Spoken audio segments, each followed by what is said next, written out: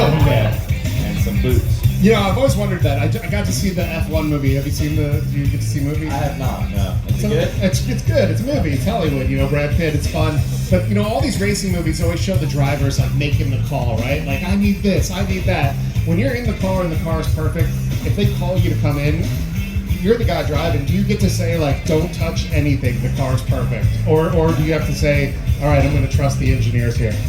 No, I mean, and maybe different for other teams, but I feel like our group, we have a really good relationship, and we just have a lot of trust, and I'll say this, it's not very often that I'm just like, hey, everything's perfect. Yeah, I got you. So if I do, then they trust that, you know, and I don't just say stuff to blow smoke, you know, at them either. So, you know, I always try to be really honest with them as to what I'm thinking and what I'm feeling. And if I think things are good, you know, with the car, then and I say that, I'm being really honest about it, and I feel like we're in a good spot. But that doesn't happen a lot. I'd like for it to happen more, but that's just racing, you know. That's just the way it is.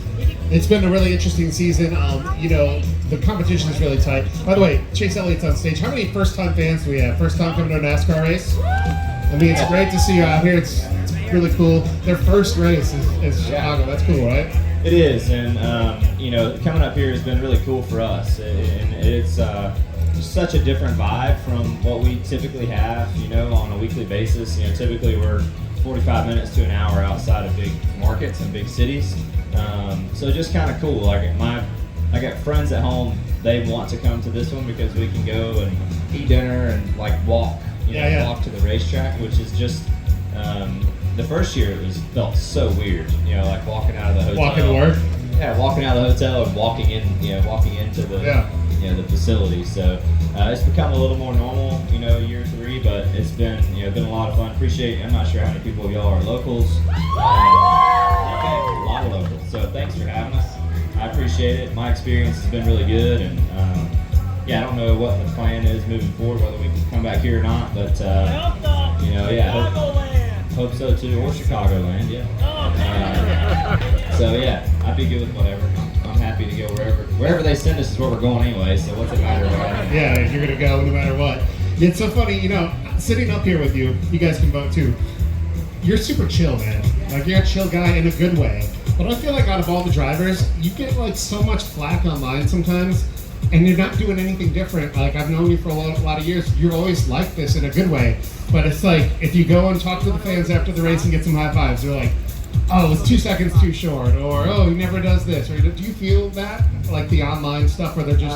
I feel like people are hypercritical of like, not the racing. It's like they want you to do something different, but I feel like you're doing it. You're a good example of like a proper driver. Yeah, well, I think your first mistake is paying attention to that. Well, that's what I wondered. Do you pay attention to any of it? You know, no. And the biggest reason that I don't is, you know, when you listen, you know, keyboard folks online are just different, and I think that's where when you come to the racetrack, and to me, what kind of put the nail in the coffin for me and just not caring about a lot of that stuff is when you come to the racetrack and I have opportunity to hang out with y'all and I go walk around the campground, it is like polar opposite of anything that you would ever read online. And to me, those are the people that are supporting us, right? These people that are here.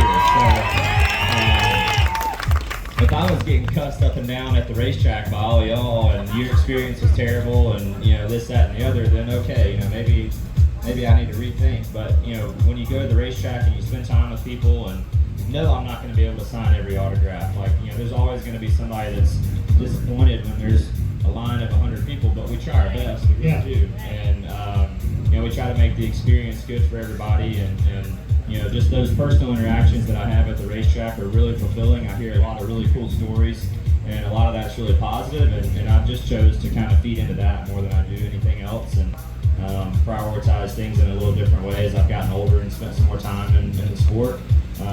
You know, and I'm totally okay if you like me, and I'm also okay if you don't. Like, that's totally fine. They love you. No, it's awesome.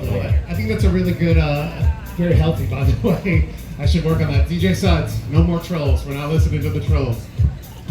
It's a good tip. It is. I mean, yeah, or just get away from it in totality is also great. It doesn't do anything for you, right? It really doesn't. Yeah. But last week when you did do the win, you actually you went over by the crowd and you were celebrating, and people were very excited about that. Is it something you thought about, or is it in the moment you're like, I'm here in Atlanta, I'm gonna go hang out? I really didn't think about it, and honestly, not even sure that I would have had I not blown the tires off of it. So we had some time, and Matt and Nick had come out to swap the tires so I could drive it to victory lane.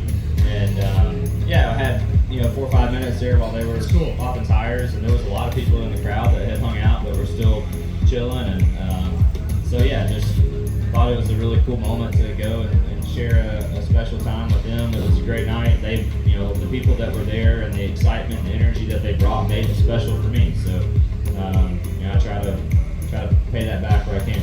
Now you've been around racing your whole life, obviously. Do you ever catch yourself watching a battle in front of you as, not a fan, but you can't always be up front. Do you ever find yourself kind of watching the race going like, oh man, this next lap, they're going to make the move here? Do you ever find yourself kind of getting excited watching battles? I've been in positions where,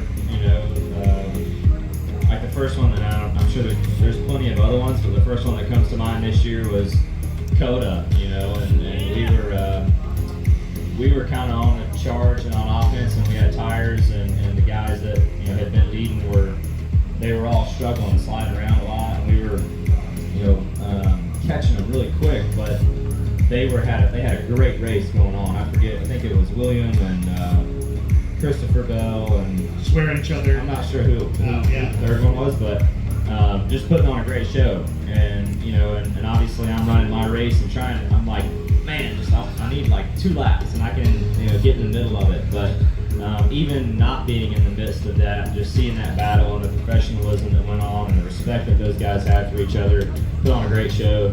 Of course, I think those things are all definitely fun to watch, even when you're not in the midst of it, and definitely the respect shown in situations like that should be celebrated. We don't have to have chaos and crashes to put on good racing. I hate the crashes. Yeah, and I think that's important too. So, it's you definitely find yourself in those positions. You don't really want to be in those spots, but you'd love to be in the mix. But yeah, you definitely will at some point for sure. Can you help me with my job? Would you mind? I don't think I've ever asked you. I don't know, I'm scared. No. So like I do a lot of the grid interviews right before you guys climb in the cars, right? But I don't know what you guys want to talk about. I just have a producer in my ear trying to get me to ask you guys all kinds of stuff, but it seems like there's different moments. You're taking pictures with sponsors, you're talking to people. What would be a good question to ask a driver on the grid before the race without, just messing up the vibe? It's tough because, I'll be the first one to admit there's weeks I don't want to talk, because there are so many. Sorry about that, by the way. I get it, but NASCAR is super unique, and it's something I always challenge people to at least think about the perspective from. When you watch other sports on TV, those guys have hours of pregame and hours of prep and hours of time when they leave the house with their families and they go to the clubhouse for a baseball game or whatever, and they can really lock in. Football games, whatever it is, their families routine, right? For a while.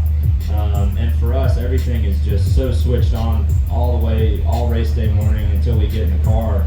And it's really difficult some days, especially when things aren't going great and you really have a lot to think about, of being able to switch on that competitive mode and try to get yourself in the right mindset. So, I don't know. I think keeping it light is always good, or just not is also a good, a safe option. But and it just kind of depends on the day. Who here has had a bad day? All right, me too. I've had bad days too, and I think it's important to kind of read the room a little bit on that stuff. Yeah. It's so. It is important. So no, keep it light is the advice. All right, keep it light. Cool. If I was your next door neighbor and I didn't know who you were and you invited me over for a cookout, how long into your house before I'd realize you're Chase Elliott, a NASCAR driver? Is your house? Do you have like NASCAR stuff in the house, or would I just be looking around like, what does this guy do for work? Yeah, you'd probably be wondering for sure. Like, what does he do? My mom always had a rule where like no trophies in the house. Growing up with Dad, and so we never had any trophies in the house. So I have a couple helmets maybe like sitting around, but it's not like walls with photos. It's not like walls with photos hopefully you might struggle, you might wonder. For What sure. does he do? What does he Yeah, do? yeah. That's awesome, man. Well, listen, I know you have a huge day. Do you want to tell us about the car? I know you call it for rain, but before that, this place now it's year 3. Does that help at all? And how's the car? I definitely think it's helped me, you know, coming into year 3 and just having an opportunity to.